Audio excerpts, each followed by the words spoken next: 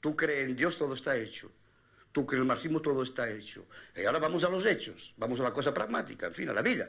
Bueno, pues, ¿qué es lo que prona el marxismo como principio básico? Vamos a la conquista del Estado para establecer desde él la dictadura del proletariado. Ya está todo dicho. Ya está todo dicho ahí. No hace falta ir más lejos. Lo demás ya son todo aditivos. Lo que hace la religión. Tú crees y todos seremos salvados. A lo demás ya no cuenta. Luego, la analogía entre el marxismo y el catolicismo es absoluta. Entonces vienen los cuerpos represivos de un lado, los otros con más fineza y más hipocresía, lo mismo. Además, están organizados igual que los militares. Los unos y los otros ya lo hacen a campo abierto. Y claro, todo eso nosotros en la juventud ya lo habíamos tragado y lo habíamos digerido, los jóvenes de aquella época. Y por eso, en realidad, ocurrió lo siguiente. Y es que el fascismo español, yo llamo el fascismo porque fue primo hermano del otro, se dio cuenta de que si no se abortaba el problema de los españoles, abortaba el problema, repito, abortarlo. Estaban perdidos. Porque había una oleada de juventud que había desertado los bares, que había desertado los vicios. Pero, amigo, ¿cuántos ateneos y cuántas escuelas habían montado? Y a ellos les dio miedo aquello. Cuando vieron todo ese panorama, pensaron, esto, media generación nada más, media lo sitúa ellos ya a la punta de la generación. Estamos listos, ¿eh? Porque esto va a dar un cambiazo, porque nosotros íbamos a un cambiazo. Llevar a la práctica las transformaciones revolucionarias que se inician en el terreno económico y social no es ningún problema para la CNT. Esta revolución, sus militantes la llevan dentro, la han interiorizado, es el comunismo libertario. En cuanto a la lucha violenta, a los aspectos militares del enfrentamiento, los militantes de la CNT están dispuestos a asumirlos, ni por asomo conciben inhibirse ante el golpe fascista. Ahora bien, queda el problema político. El 19 de julio, el poder republicano está moribundo. En determinadas zonas, ha sido el testigo impotente de la victoria de las fuerzas proletarias contra los militares. Así lo admite Luis Companys, presidente de la Generalitat de Cataluña. Hoy sois los dueños de la ciudad y de Cataluña porque solo vosotros habéis vencido a los militares fascistas. Habéis vencido y todo está en vuestro poder. Si no me necesitáis o no me queréis como presidente de Cataluña, decídmelo ahora, que yo pasaré a ser un soldado más en la lucha contra el fascismo. Ese poder que muy formalmente les ofrece Companys, la CNT y la FAI se niegan a aceptarlo. Se crea el Comité Central de Milicias agrupando a todas las organizaciones y partidos antifascistas. El poder legal republicano va a convertirse en parapeto contra la ola revolucionaria. La CNT no ha conseguido convencer a todo el mundo. En Barcelona, como en Cataluña, como en toda España, hay reaccionarios, hay moderados, hay gente que no se atreve a cambiar radicalmente de vida.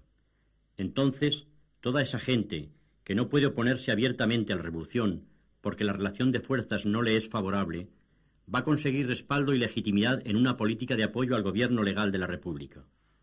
E incluso va a conseguir un partido, el Partido Comunista que, insignificante en julio del 36, desarrolla de inmediato una política conservadora. Es deber de todos respetar la propiedad de los pequeños comerciantes e industriales, ya que son afines nuestros. Mundo Obrero, 27 de julio 1936. Apoyándose en la ayuda que la Unión Soviética aporta a la República, el Partido Comunista va a convertirse en pocos meses en el partido de más peso en la zona republicana. Entonces empieza una patética carrera contrarreloj para improvisar soluciones que no vulneren fundamentalmente los contenidos éticos del anarquismo. El 15 de septiembre, en un pleno nacional de regionales, se elabora la proposición de un Consejo Nacional de Defensa. Se trata de mantener unas figuras que legitimen a la República de cara a las relaciones internacionales, a la vez que se liquida el aparato estatal y que las organizaciones obreras toman el control de la guerra, de la economía y de la administración. Pero la CNT no impone esa solución. La militancia está en gran parte movilizada para otros menesteres, las milicias, las colectividades, los barrios, las fábricas. No ha habido tiempo para mentalizarse de esta situación insólita. Hoy, la política requiere la presencia de la CNT. No hubo motivaciones ideológicas. Hubo la necesidad de dar al mundo la impresión de que en España había una unidad establecida y que de esa unidad no estaban excluidas las fuerzas auténticamente revolucionarias que eran los anarquistas. Se debatió eso en plenos y reuniones de militantes. Y al final se tomó el acuerdo, esto es conocido ya hasta de los gatos, de crear el Consejo Nacional de Defensa y proponérselo a Largo Caballero. Largo Caballero no lo aceptó porque dijo: si hacemos el Consejo Nacional de Defensa, nos equiparamos a la Junta de Burgos y perdemos la única carta que nos queda, el ser el gobierno legítimo de la República, elegido por sufragio universal.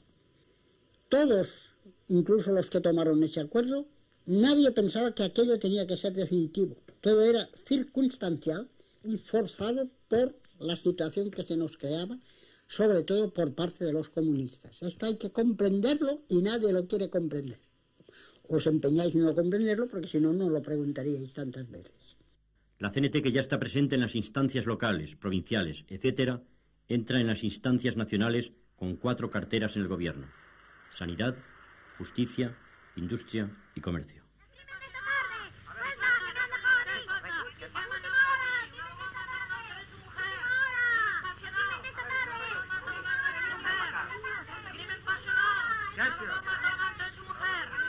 La labor de ese gobierno, es difícil de explicarla, porque estuvo constantemente condicionada por la guerra, por la situación, la salida de Madrid, del modo que fue la primera encerrona que se nos hizo, hacernos entrar en el gobierno para conseguir de todos la salida de Madrid. Que digan que nosotros estuviéramos comprometidos con todos para abandonar Madrid y ir a Valencia. Así se hizo, aunque 2 días después yo ya estaba otra vez en Madrid y detrás de mí vino García Oliver y el propio Largo Caballero, cuando vio que García Oliver y yo estábamos en Madrid, pues volvió a Madrid. Fue un traslado de gobierno muy pintoresco. Muchas de las medidas adoptadas por este gobierno van destinadas a liquidar los logros revolucionarios y a socavar la fuerza de las organizaciones libertarias. Empieza la liquidación de los comités revolucionarios, a menudo compuestos de militantes de CNT y UGT, que administran muchísimas localidades, que deberán ser sustituidos por una administración regular y el control del orden público devuelto a una policía no menos regular. La guerra absorbe todas las energías. El entusiasmo por la creación de una vida nueva se diluye en el afán productivista.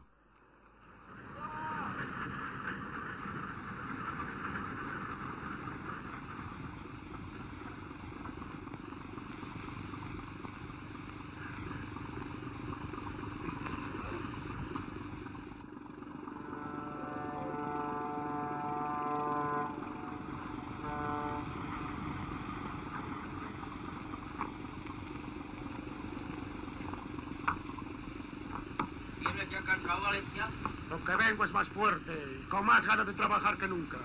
¿Qué os jugáis? ¿A que cargo yo solo mucho más que entre 2 de vosotros juntos? Lo que quiera. ¿Va una botella de tinto por cabeza? ¿Va?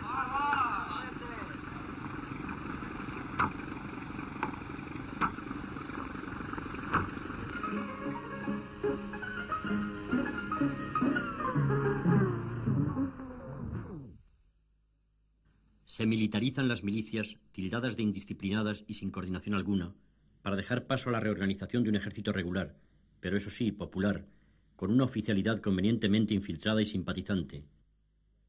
Disciplina ciega, política oportunista de alianzas, utilización política de las brigadas internacionales, chantaje a la ayuda soviética, por cierto pagada muy cara. 7.800 cajas de lingotes y monedas de oro salen discretamente de Cartagena hacia Odessa el 25 de noviembre de 1936. Propaganda masiva. El Partido Comunista se hace dueño del juego político. No sé cómo viviremos ahora. No sé si podremos acostumbrarnos a recibir malas palabras del cabo, del sargento, del teniente. No sé si después de habernos sentido plenamente hombres, podremos sentirnos animales domésticos, que a eso conduce la disciplina, y esto representa la militarización.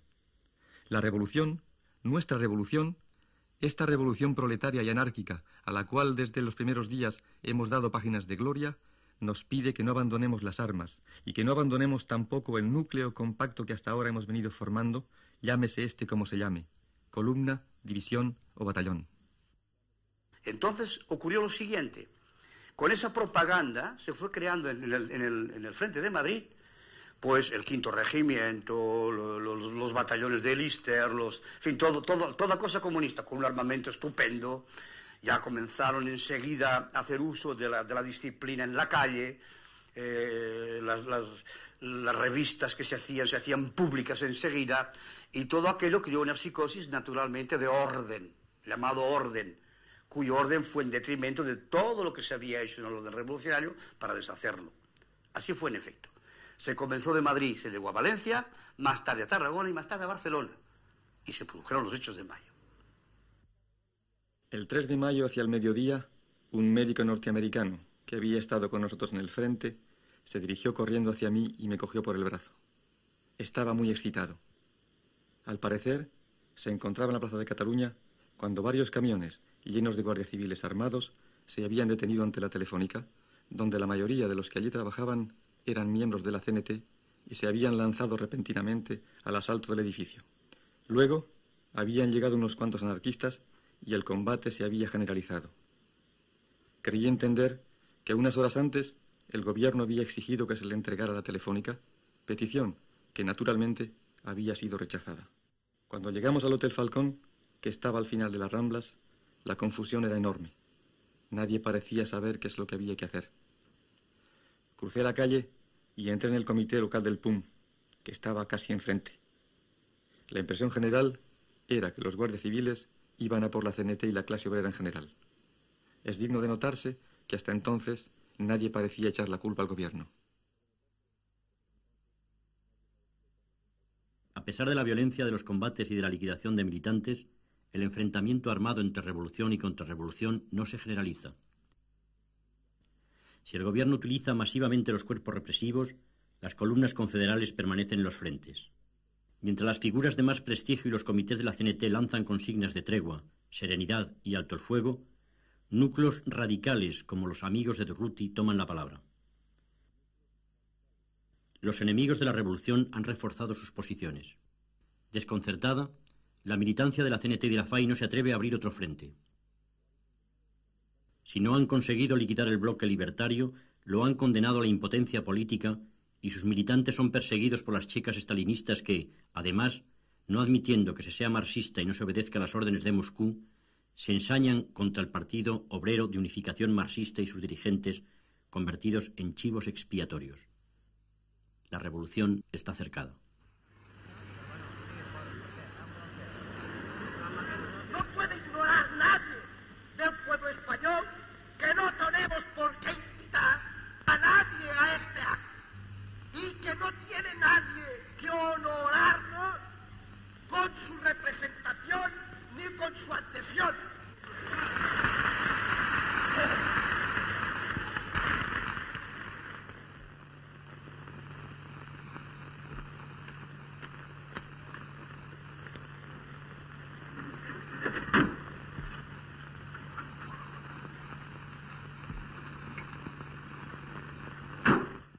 Último blanco de los comunistas, socialistas y republicanos. La supresión del poder de los comités revolucionarios en las fábricas, los servicios y en las colectividades agrarias. Ante todo se trata de centralizar el control de las capacidades productivas y aniquilar un arma fundamental de los revolucionarios. El 19 de agosto de 1937, el gobierno, del que han dimitido ya los representantes de la CNT, disuelve el Consejo de Aragón de amplio predominio libertario. Calumnias, campañas de prensa y ofensivas militares contra las colectividades en Valencia, Castilla, Aragón, haciéndose famoso en esta última región el bolchevique Lister. Lister llega a Aragón y asalta a las colectividades. Coge documentación, encarcela a compañeros y deja el municipio en Calanda concretamente, lo deja en manos de republicanos. Republicanos tan moderados, que a la que llegó Franco ni fueron siquiera destituidos. De momento. Pero los compañeros, aparte de los que había muy pocos presos, deciden de continuar reorganizando la colectividad. Y entonces es el lapso de tiempo entre el agosto y octubre cuando yo llego al pueblo y dicen, pues la colectividad va a continuar el consejo de la colectividad es este. Entonces, claro, no teníamos todo el pueblo, no había 5.000, pero a pesar de la represión y de los peligros, había aún 2.500 adherentes a la colectividad. Pero el peligro es inminente. En todos los frentes se imponen las fuerzas fascistas. De Huesca a Málaga, de Galicia a Euskadi, se extiende la represión fría, metódica, sistemática. En la Plaza de Toros de Badajoz son asesinadas 1.800 personas. Franco convierte España en una fosa común.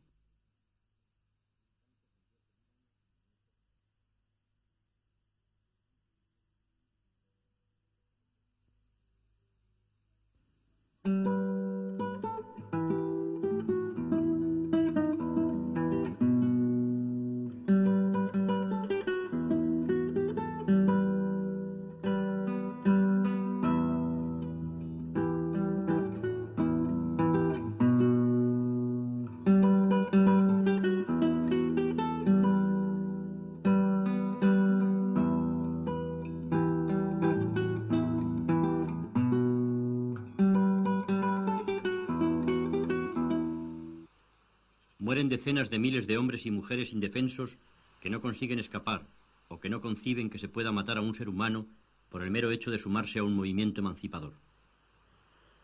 Para los otros, para los que huyen de la barbarie fascista, la guerra es el éxodo y su final, la muerte de la esperanza.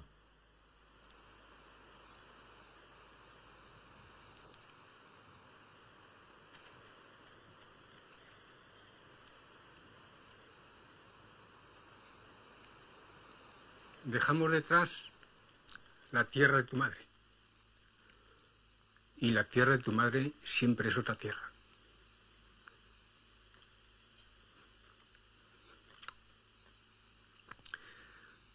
Dejamos nuestras esperanzas, nuestras ilusiones,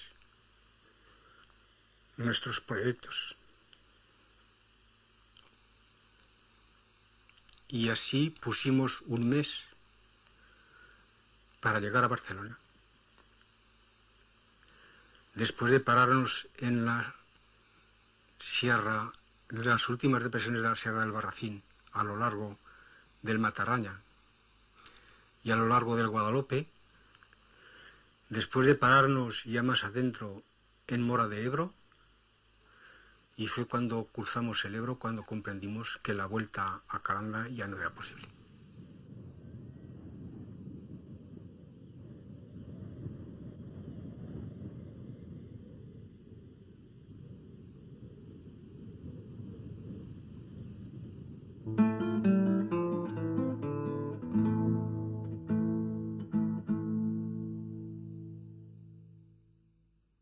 En 1936, las democracias europeas no ayudaron a la República, ocultándose detrás de la no intervención. En 1939, ante la avalancha de refugiados, Francia parece paralizada y ciega.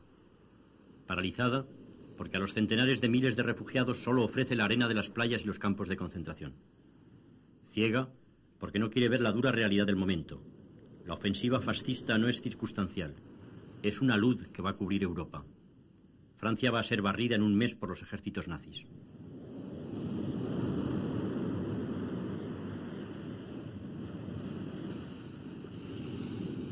Siguiendo la política del avestruz, los gobiernos franceses no le dan a la guerra civil española más importancia que la de un conflicto local y se ven desbordados y sorprendidos por sus consecuencias. Dejan indefensos en campos de concentración y celdas de castigo centenares de miles de hombres cuyos sentimientos antifascistas son incontrovertibles y que han sido adiestrados por casi 3 años de lucha.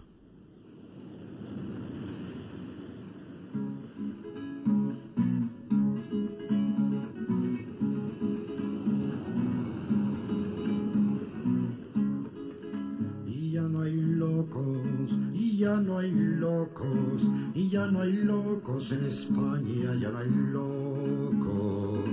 Y ya no hay locos, y ya no hay locos, y ya no hay locos amigos, ya no hay locos.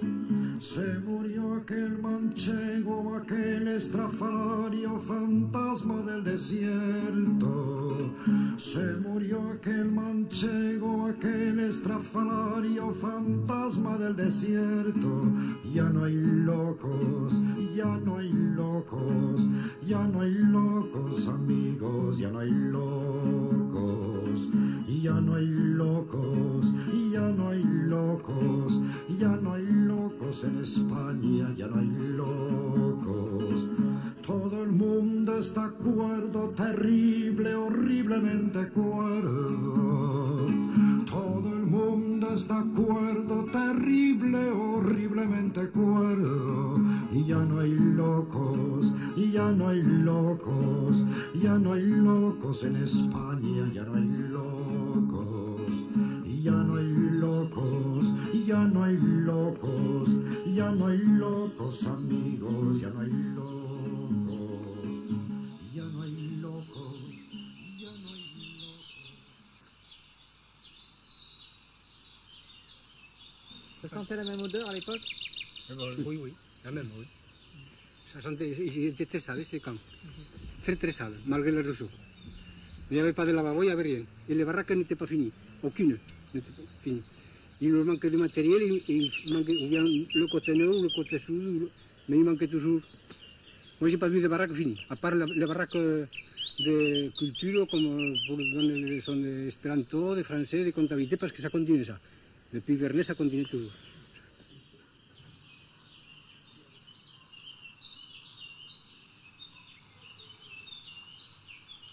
L'envoyé extraordinaire du gouvernement français a terminé ses négociations avec le général Jordana.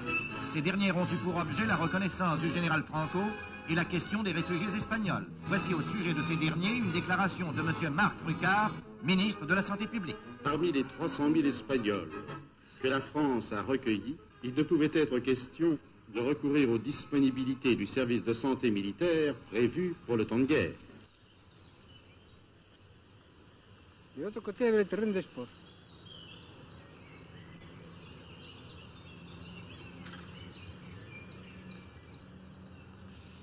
Sarrau, ¿qué comparación puedes hacer tú con los campos donde has vivido?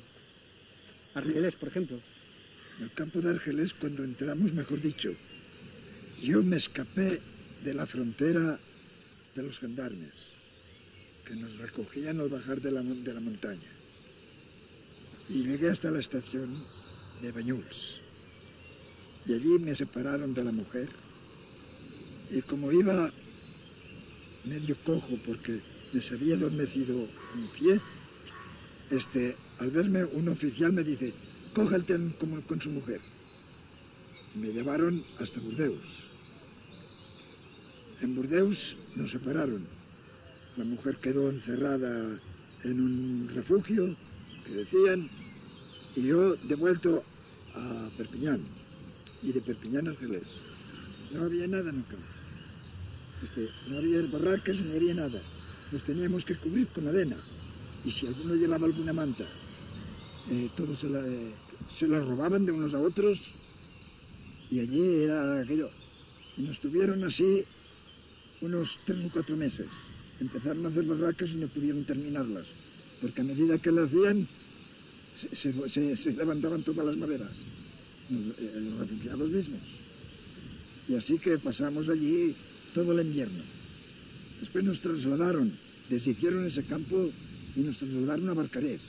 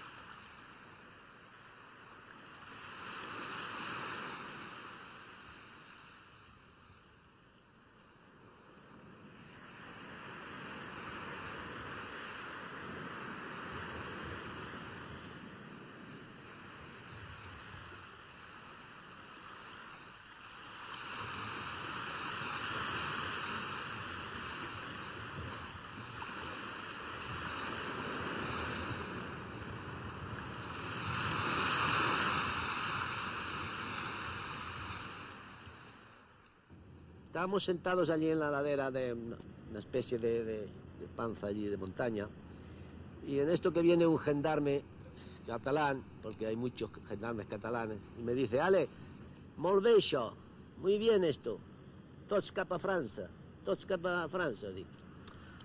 Dic, home, tots cap a França. Dic, home, no podíem resistir més, ya no teníem ni aviació, no teníamos aviación, ni teníamos tanques, ni las armas, todo estaba estropeado ya lo que quedaba. Y empieza a decir: sí, que teníais armas, sí, hombre, teníais armas de sobra. Y bueno, pues teníamos armas de sobra, ¿qué vas a contradecirle a este hombre? Habéis corrido como... Y dice: porque habéis corrido como conejos. Bueno, no he corrido como conejos. Y bueno, pues ahora vendrá para vosotros. Dice: ¿para nosotros? Digo: sí, sí, para... Ahora la Francia va... Ya verás tú, hace tiempo que os estamos avisando. Los tanques que atacaban Madrid llevaban escritos los lados Madrid, París, Moscú. Y un poco... Si es verdad que después hemos visto que después de poco no se equivocan, ¿sabes? Y el tío me dice, oh, Mussolini, Macarroni, boom, y me hace así jugando a fútbol. Y digo: sí, Mussolini sí, pero digo, ¿y el bigote? ¿Y el mustache? Entonces ya se cabreó. Entonces dice: venga, vale, todos los que estáis aquí fuera, para adelante. Bueno.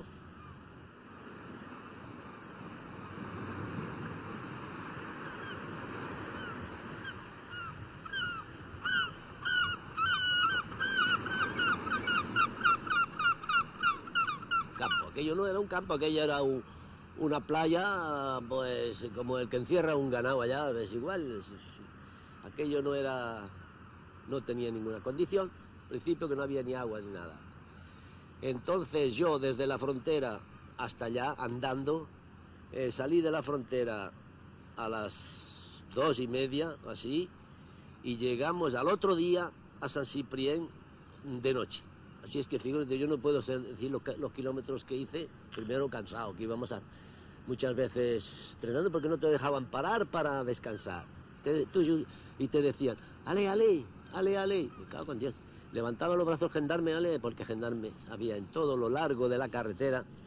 Por la noche hacía mucho frío, no te podías parar porque hacía un tramontana, justamente un tramontana ese día, que te helaba los huesos.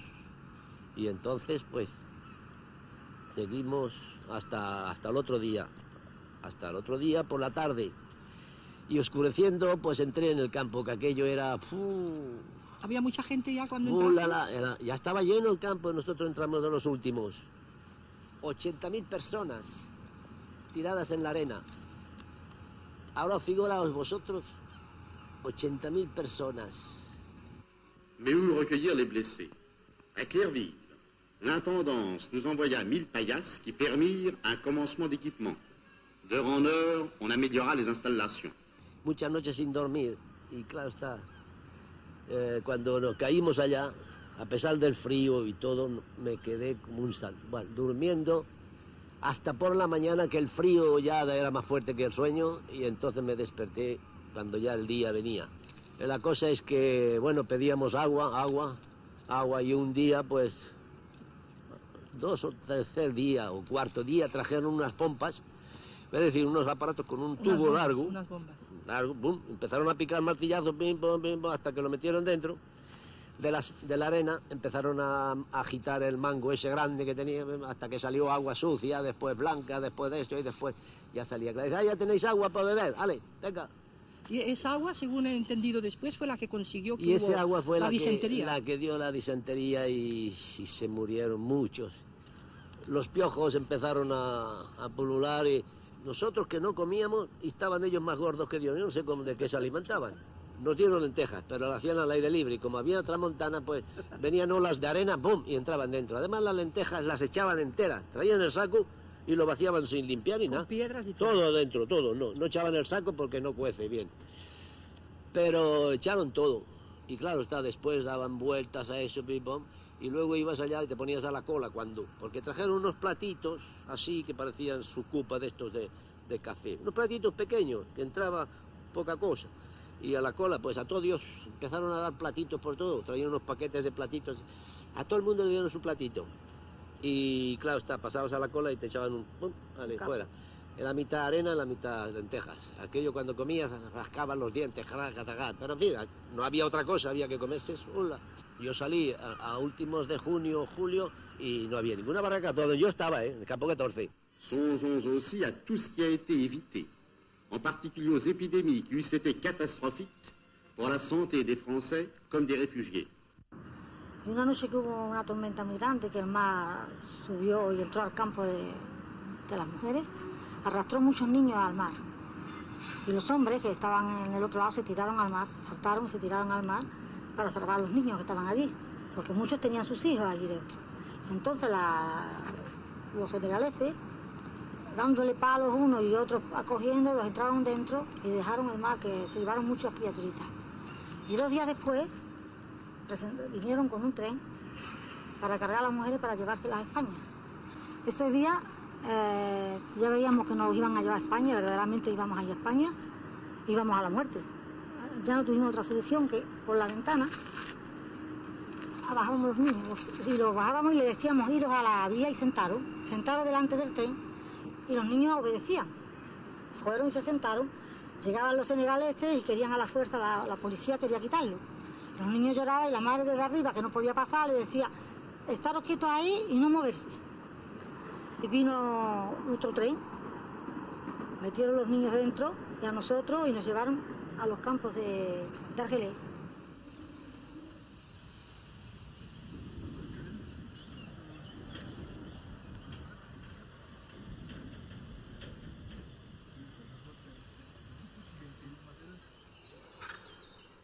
Ai, si ja m'he reconegut un poc més. Durant les barracamances que us apareixi, la van a ver los parlol, le sortir. ¿Y aquí? ¿Qué hay aquí? Ça, c'était des barracaments, comme il y a encore beaucoup. Avant tout ça a changé, les arbres et tout. Mais les barracamances étaient par ici, on se promenait tout ça, là-bas nous avions de burro y había sortir. Pedazos de la ropa que llevabais. Lo que yo quisiera reconocer es dónde se hacía el deporte. No recuerdo. ¿Era un campo de estos?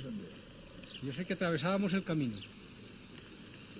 Pero, ¿qué es el camino? Exactamente igual que se ha descrito el campo de Sefons, se han registrado oficialmente aceptados 9 campos parecidos en Francia.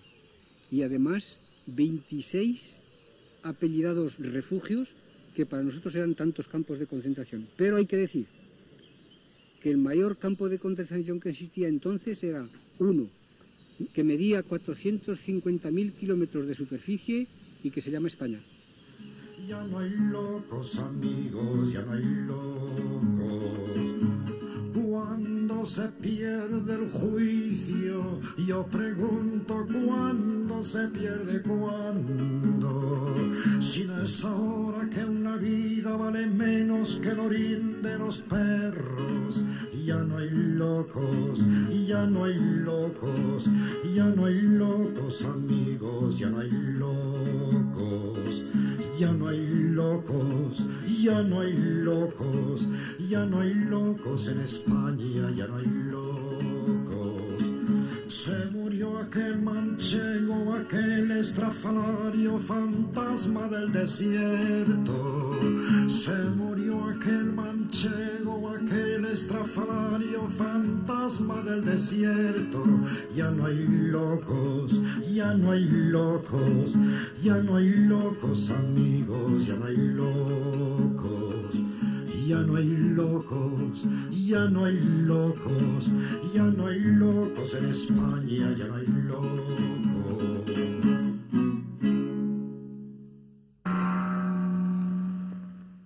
Yo me encontraba en Alicante. Naturalmente yo no tuve ninguna dificultad, a pesar de que fue un poco incidental el salir, pero yo pude salir. Yo cogí el Stambrook, que fue el último barco que prácticamente salió de allí, claro. Nosotros sí tuvimos dificultades. Yo estaba en el frente de Levante, cuando recibimos la orden de evacuar el frente, con muchas vicisitudes llegamos hasta Alicante y supimos que había salido un barco el día de antes. Allí ya empezó la tragedia. Pues se reunieron en el puerto de Alicante 30 o 40.000 personas desesperadas.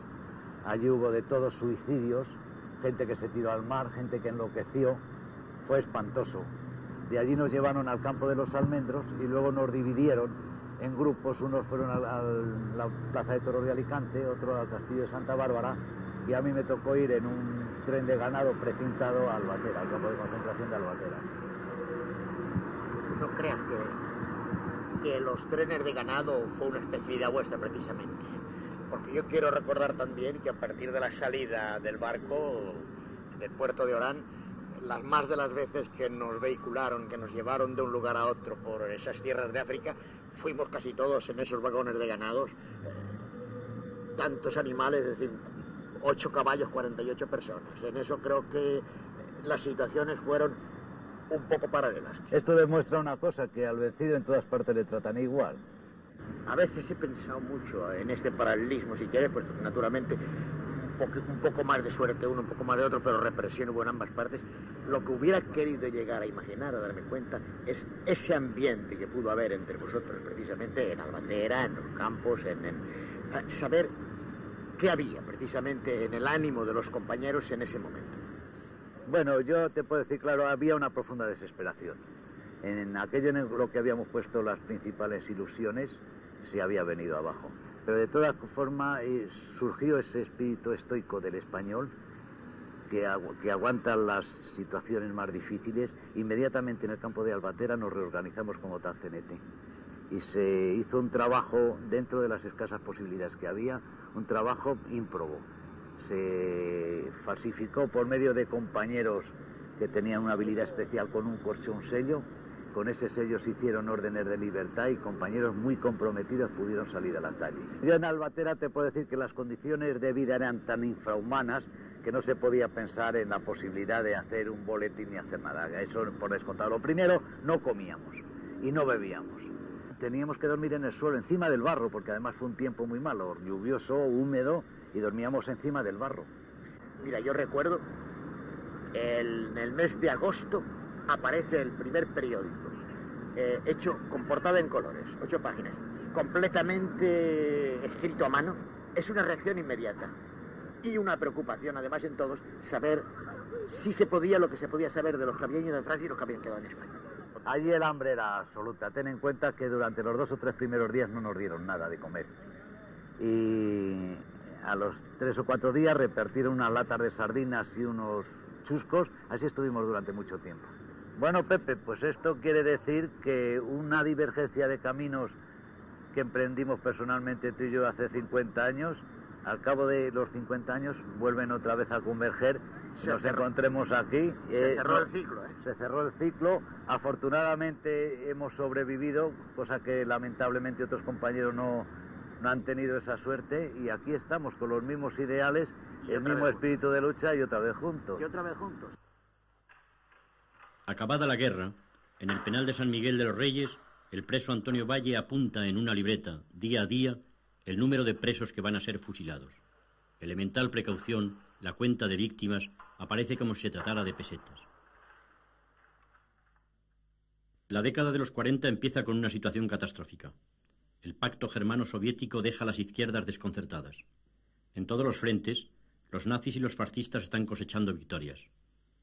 Al avecinarse la ofensiva alemana, el gobierno francés se acuerda que tiene encerrados a los antifascistas españoles en campos de concentración. Pide voluntarios para las compañías de trabajo. Se trata de realizar, sin otras armas que picos y palas, fortificaciones en las fronteras del este. Todo lo largo, si da por cálculos, había más de 50.000 españoles organizados en compañías de trabajo que fueron sacados de los campos para ir a prolongar la línea Maginot, la parte que no estaba, es decir, la parte belga, y todo esto. Hacer fortificaciones para reforzar, dijésemos, la defensa de Francia, todo esto. Para lo que estábamos allí. Y con frío de 24 grados bajo cero.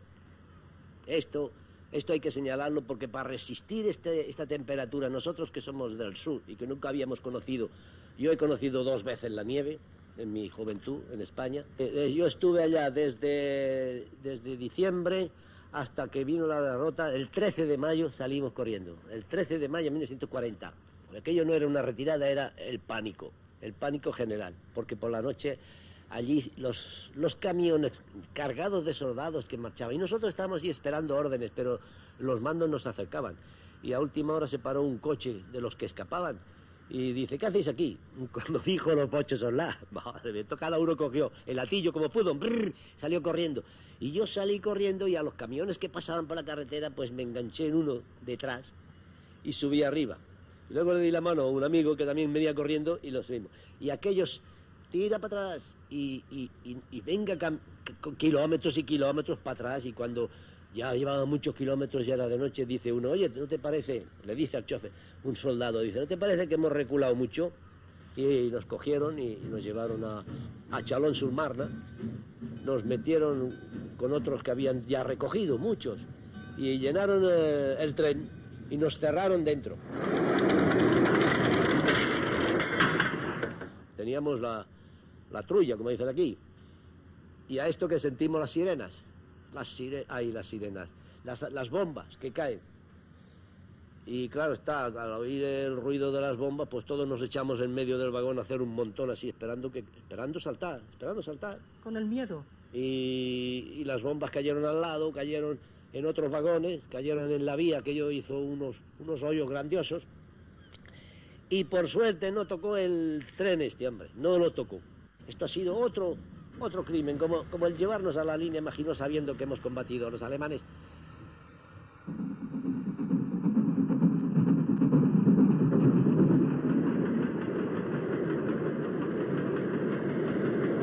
Así se estarán en primera línea de fuego unas cuantas docenas de miles de rojos indefensos frente a las divisiones blindadas de Hitler. Al desplegarse la ofensiva nazi, al desperdigarse el ejército francés, esos hombres que ya sufrieron la derrota en España, que se pasaron meses en los campos de concentración franceses, acabarán en los campos de exterminio nazis en Mauthausen o en Gusen.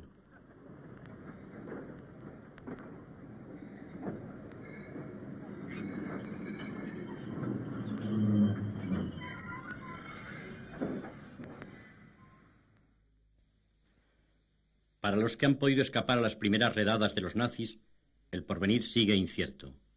Si en un primer tiempo los alemanes piden voluntarios para trabajar en sus fábricas de armamento, rápidamente requisan el personal necesario para el servicio del trabajo obligatorio. Como en las compañías pasábamos mucha miseria, pues había muchos que decidían de ir.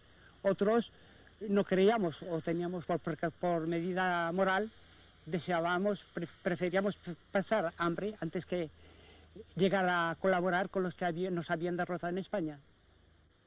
A partir del año 42, entonces, muchos iban. Nosotros decidimos de entrar en el maquis, después de que estábamos en el Valle de Ustillón casi un año. Entonces se preveía una represión grande contra la resistencia. Y entonces fuimos todos agrupados en el plató de Glieren. Y nosotros, por ejemplo, el grupo nuestro subimos para últimos de diciembre, y es desde entonces que allí nos concentramos una cantidad bastante elevada, casi todos los maquis del Alto Saboya, que total resultaríamos unos 450, unos 500. Los españoles éramos una sección de 50. Ces ouvriers qui partent me permettront de mieux défendre les intérêts de notre pays. La France se retrouvera plus vite si ses fils comprennent la loi de solidarité de l'effort. Vous saisirez mieux que d'autres le sens d'une politique qui est exclusivement inspirée par le souci de l'intérêt français. Et ainsi, par votre adhésion, vous deviendrez les meilleurs artisans de la libération de vos camarades restés dans les camps. Vive la France!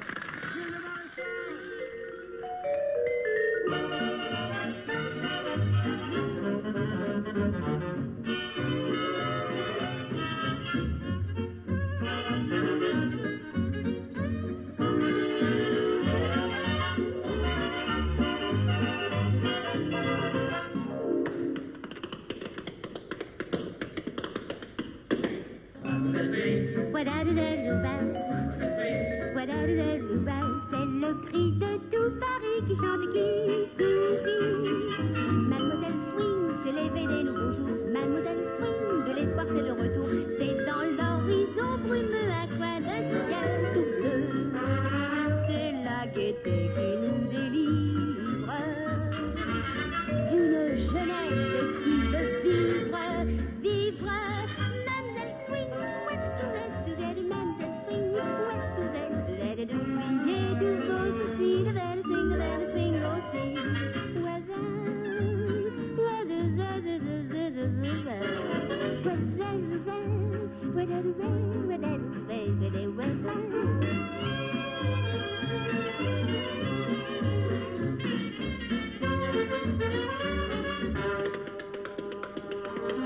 Il faut braver le destin en chantant avec entrain de demain, le swing,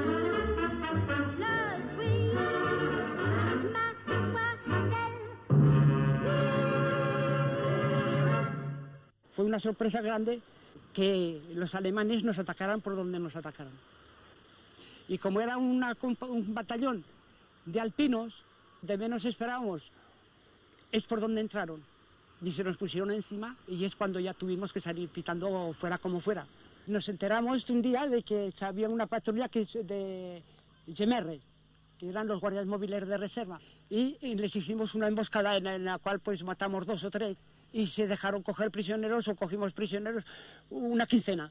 Se acordó en que les dejábamos la libertad y les dábamos los fusiles, con una condición que ellos nos dejaran pasar el suministro.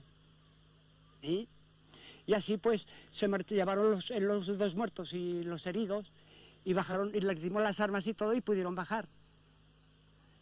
Llega más tarde que ellos no tuvieron palabra, estaban en las estaciones y allí cuando ellos conocían a algunos de los que habían visto en el plato, pues los denunciaban y ha habido muchos que cayeron así. La aportación de los refugiados españoles a la resistencia contra la ocupación alemana ha sido importante. Desde los primeros momentos, con el grupo Ponzán y después en el centro, oeste y sur de Francia, los militantes libertarios han proseguido su lucha desigual contra el fascismo.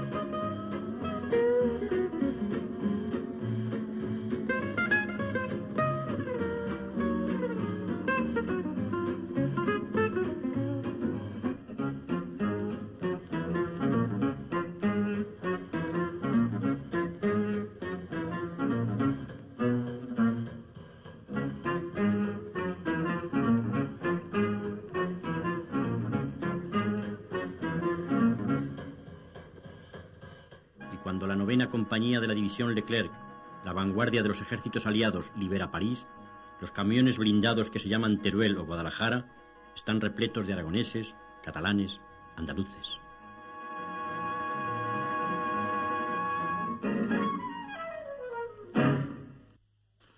Joven, estaba en las juventudes libertarias.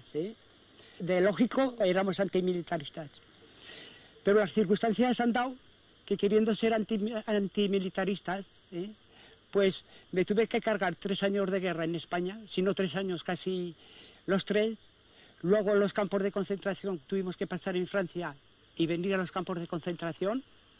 Después de los campos de concentración tuvimos que ir a las compañías de trabajo y para terminar, antes que ir a Alemania o a trabajar para los alemanes, tuvimos que meternos en el maquis. Y esto, total, yo que era antimilitarista, solo me ha durado 9 años de estar casi como un militar. En julio del 36, en los cuarteles catalanes, topa la muerte con milicias y el pueblo va buscando armas. En pueblecitos y aldeas los campesinos juntan tierra para sembrar el porvenir y sopla el viento libertario.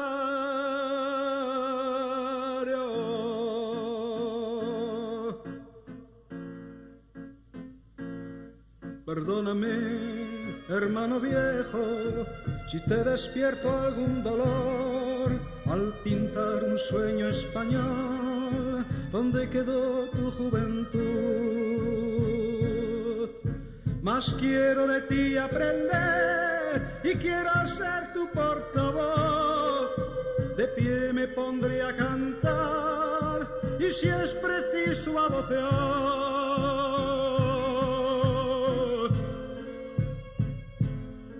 Dame tu mano, compañero, y préstame tu corazón. Barricadas levantaremos con la vida y la razón. 10 carpinteros sin patrón, a lo lejos de Barcelona, le ponen mano a su labor y sonriendo en el taller. Allá en la Plaza Mayor, los niños llenan la alcaldía y mujeres sin capataz han echado la ropa al sol.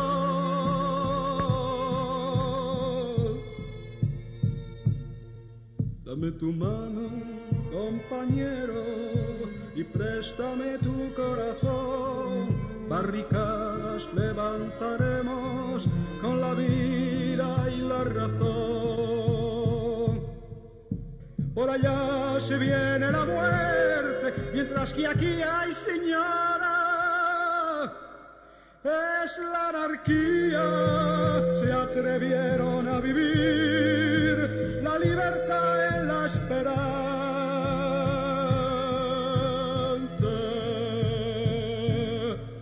Dame tu mano, compañero, y préstame tu corazón. Barricadas levantaremos como ayer la Confederación. Dame tu mano, compañero, y préstame tu corazón. Barricadas levantaremos como ayer